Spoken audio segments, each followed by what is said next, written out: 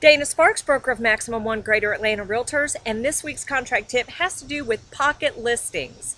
So what is a pocket listing?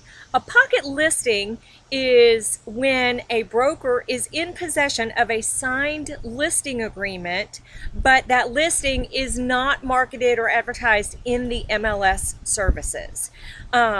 So what's the issue? The issue is a couple of things. Basically, it is done for either privacy reasons or to give the listing broker an advantage of being able to sell it themselves without another broker involved. So those are a couple of reasons for pocket listings potentially. But here's the issue. The issue is that it is a non-compliant listing due to our membership with the listing services, FMLS and Georgia MLS. The rules state that if you have a signed listing agreement, exclusive listing agreement, that the property must be entered into the MLS services. So a pocket listing is not allowed at Maximum One by virtue of our membership with the listing services. The other thing is, if you are a realtor, it is against the Code of Ethics. The Realtor Code of Ethics, Article 1, requires that realtors, quote, promote and protect the interests of the client.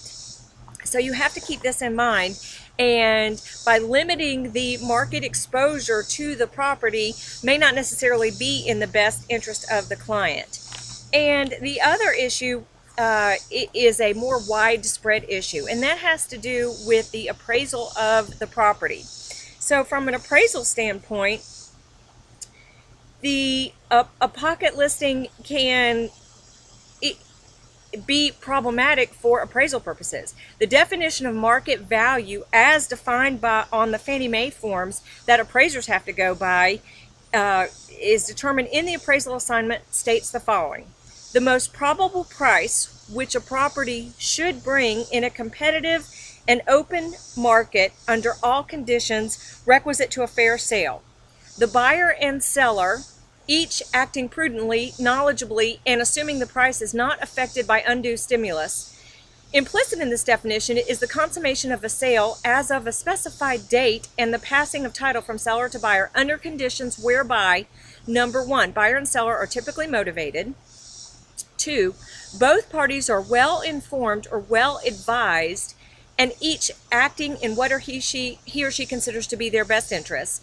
3, a reasonable time is allowed for exposure to the open market. And 4, payment is made in terms of cash, US dollars, or other financial arrangements comparable thereto.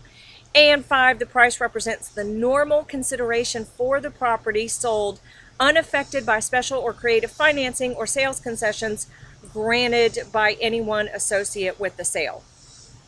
So here's the problem. The problem is where it talks about market exposure.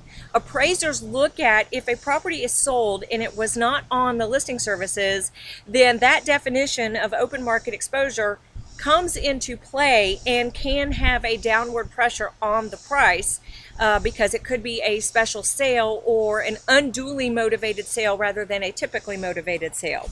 So again, pocket listings are an issue, and bottom line is they are not allowed at Maximum One by virtue of our membership in the listing services.